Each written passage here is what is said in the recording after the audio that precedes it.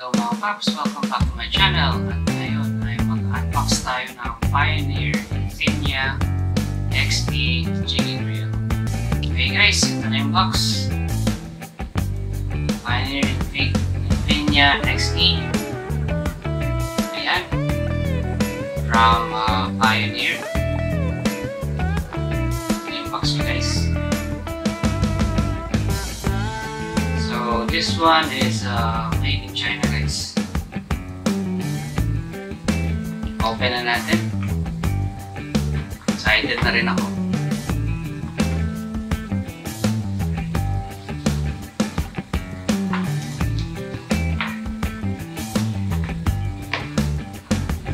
By the way guys, pinalagyan ko na ng braid ito. So galing ito kay Fishing Buddy Manila. I-request ko na lang spool na yung braid.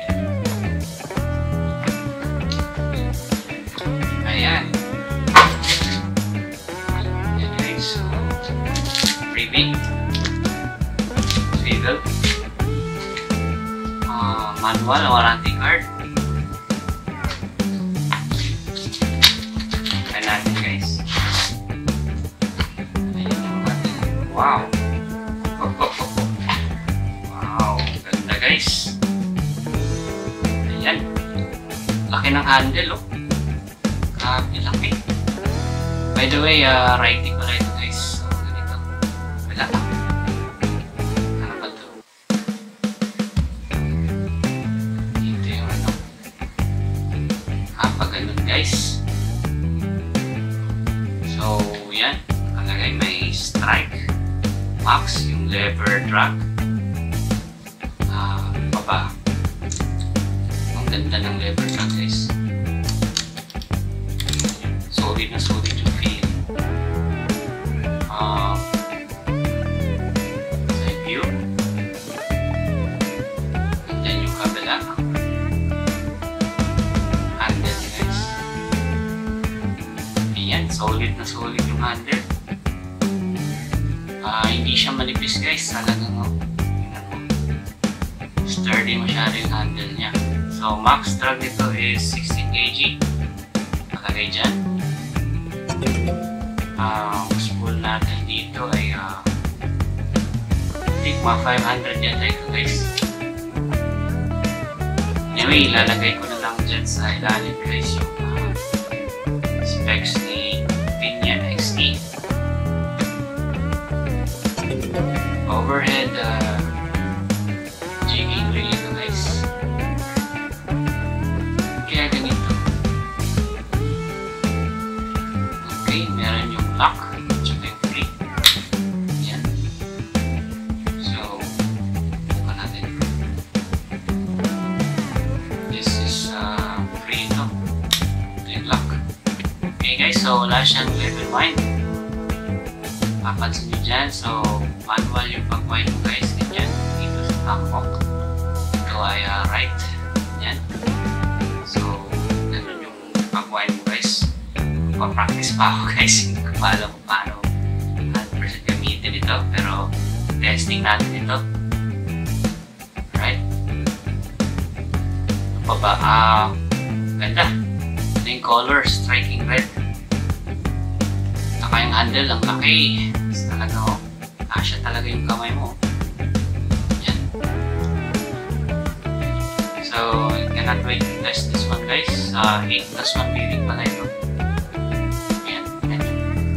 This is for salt.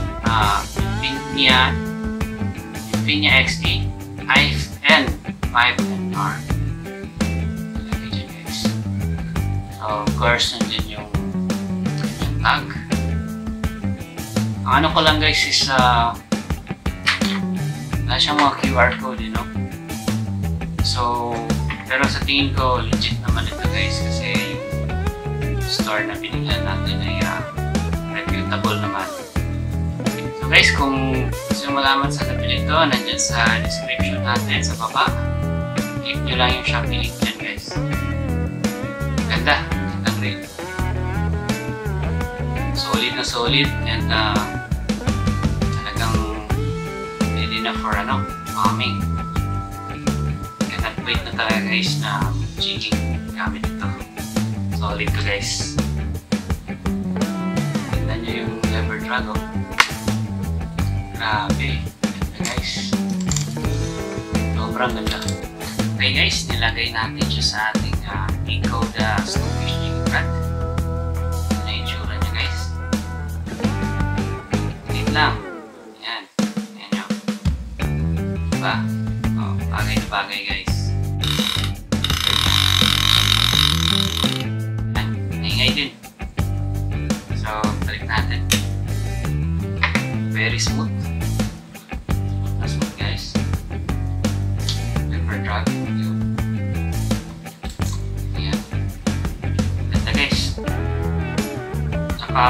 Napaka-comfortable yung handle na ganito. Gusto ko na itong handle na ito guys. Napaka-comfortable. Kaya pala maraming gusto ng ganitong handle guys. Talagang mas relax talaga compared to pillow. Ganda guys. Super relax. Ayan. Ayan. So definitely can't wait to test this combo guys. Okay guys, so meron pala talaga siyang serial number sa likod, kaya wala siyang mga QR code tags. So dyan yung malalaman kung legit or fake yung nabili nyo. Okay, yan yung serial number. Talagang naka-embed siya sa reel. Okay, kung may mga tanong pa kayo guys sa reel na ito, just comment below. Nandito na lang muna yung unboxing and first impression natin. Sobrang ganda ng reel na ito at talagang matibay guys. Paano talaga matibay itong reel na ito. Don't forget to like and subscribe and I'll see you on the next video.